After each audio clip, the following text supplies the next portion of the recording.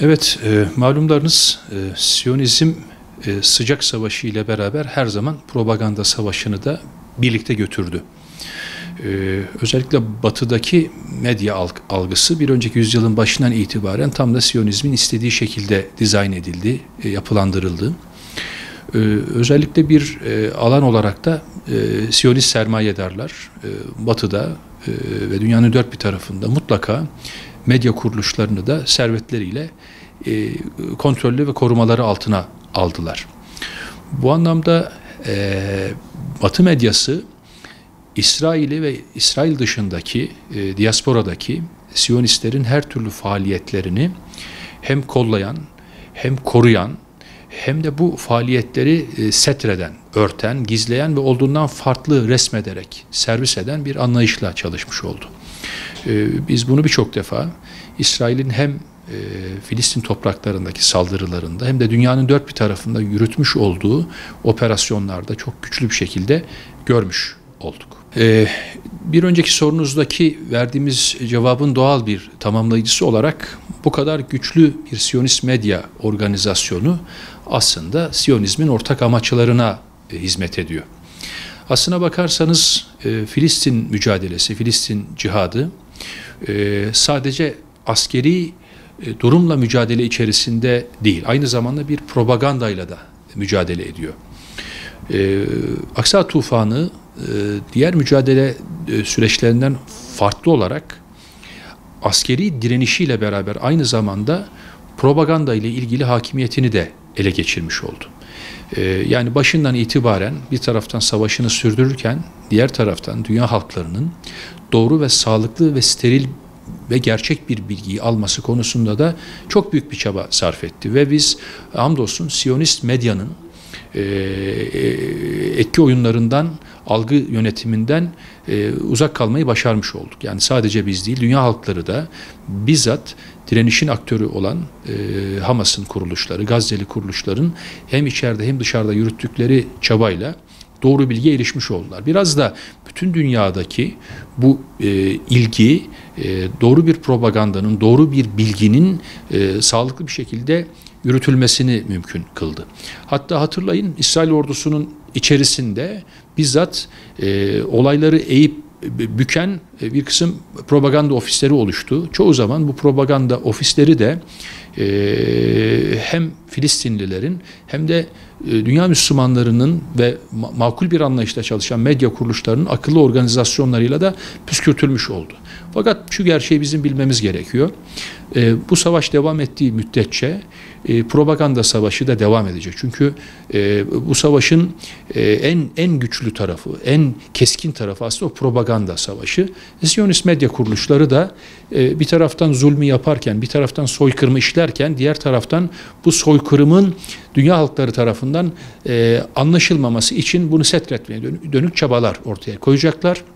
Ben bu propaganda savaşını, bu bilgi savaşını da aynı içerideki mücadele gibi Müslümanların kazandığını düşünüyorum. Evet, yani uzunca bir zamandır aslında çok da etkili olamadıkları halde yaşananları, Gazze'deki müdahalelerini kendilerince meşru bir zemine oturtmak ve oradaki mücadeleyi terörize etmek üzerinden dillerini kullanıyorlar.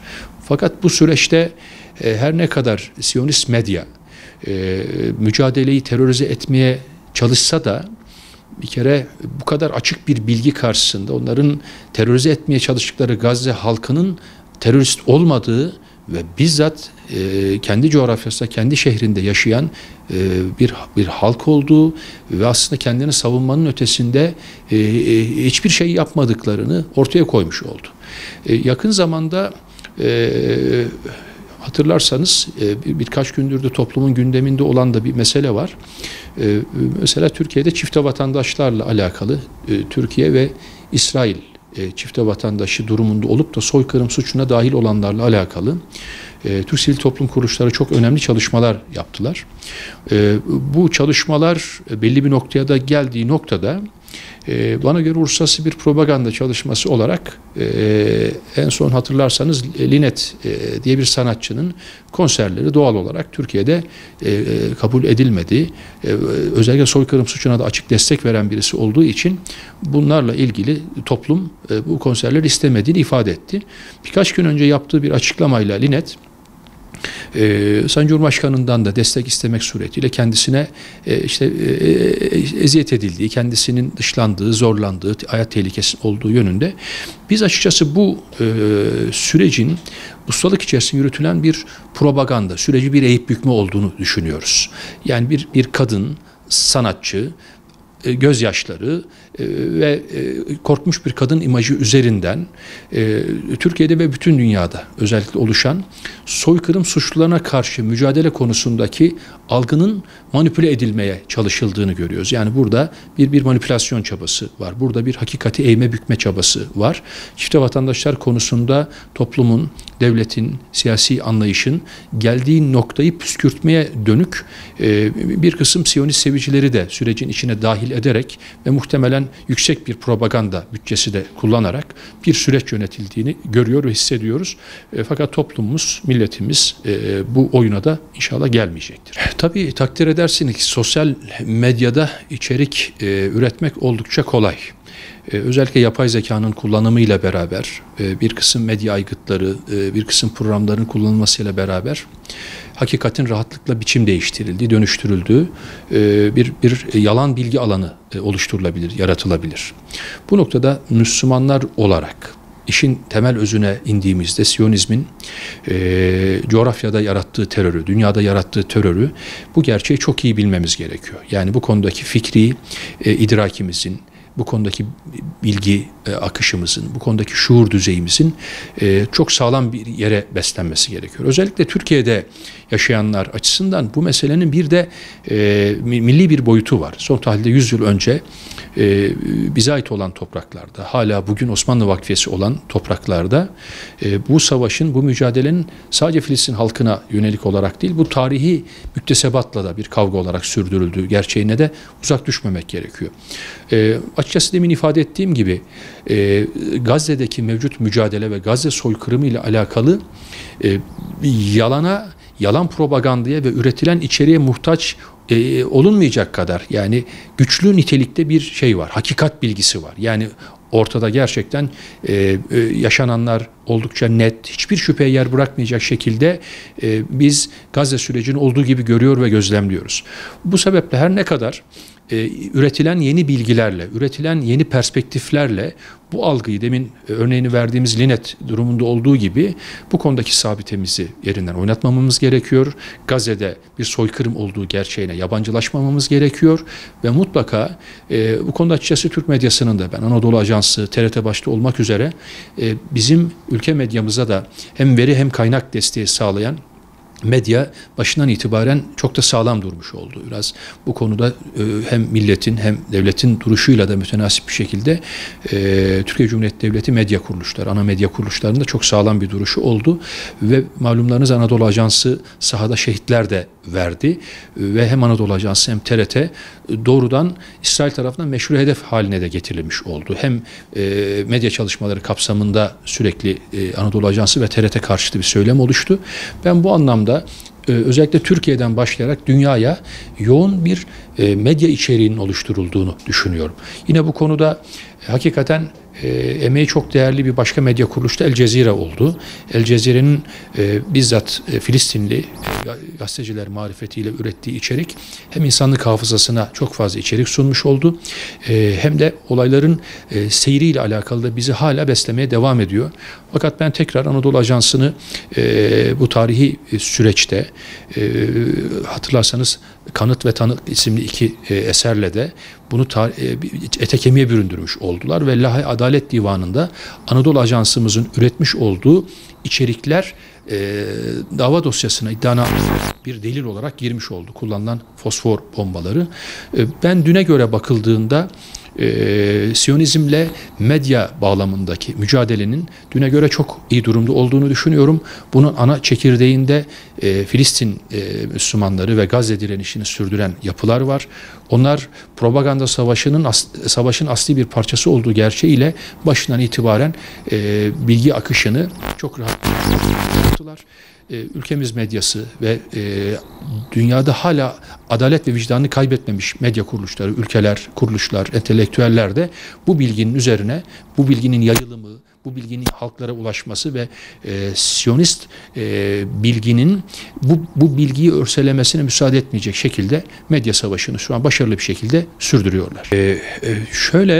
Tabii bu en önemli meselelerden bir tanesi.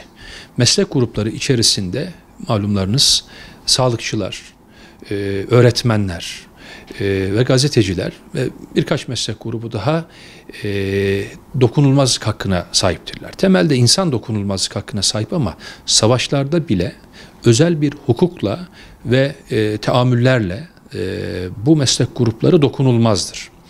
Fakat İsrail hiçbir değer kabul etmediği için İkinci Dünya Savaşı sonrasında üretilen modern hukuka ait hiçbir normu, töreyi, örfü, mesleki tahammülü kabul etmediği için çok arsız bir tutumla hastaneleri bombalayan, sağlıkçıları katleden, kaçıran İsrail rejimi doğal olarak kendi zulmünü bütün dünyaya ifşa etmek için görev yapan gazetecilere de doğrudan hedef aldı.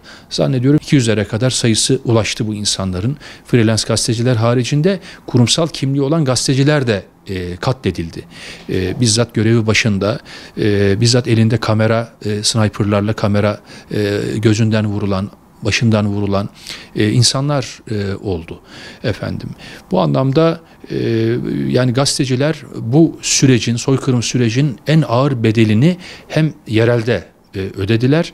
Yine benim bildiğim dünyada bu hakikati duyurma konusunda çaba sarf eden gazetecilerin bazı Siyonist kuruluşlar eliyle işlevsizleştirilmesi, mesleki imkanlarının ellerinden alınması, sindirilmesi, ürkütülmesi, tehdit edilmesi, korkutulması gibi süreçlerin de yani itibarsız kılma ve mesleki kabiliyetlerini işletmeyecek şekilde onları bunaltma noktasında süreçler yürütüldüğünü de görüyorum. Fakat bugün insanlık ortak bir vicdanda bulunmuş durumda. Bu vicdan mutlaka İsrail'i yargılayacak. Zaten İsrail bu süreç içerisinde evet Gazze'de çok büyük bir tahribat yarattı ama İsrail hem derin bir itibar krizine girdi hem de kabiliyetler noktasında askeri kabiliyetleri, devlet kabiliyeti, diğer bütün kabiliyetlerinde de ciddi bir ziyana girmiş durumda. Yani bunun yerine çok yeni ve güçlü bir mekanizmayı koyabileceğini düşünmüyorum. Yani en güçsüz, en zayıf, en gayrimeşru, en aciz sürecini yaşıyor.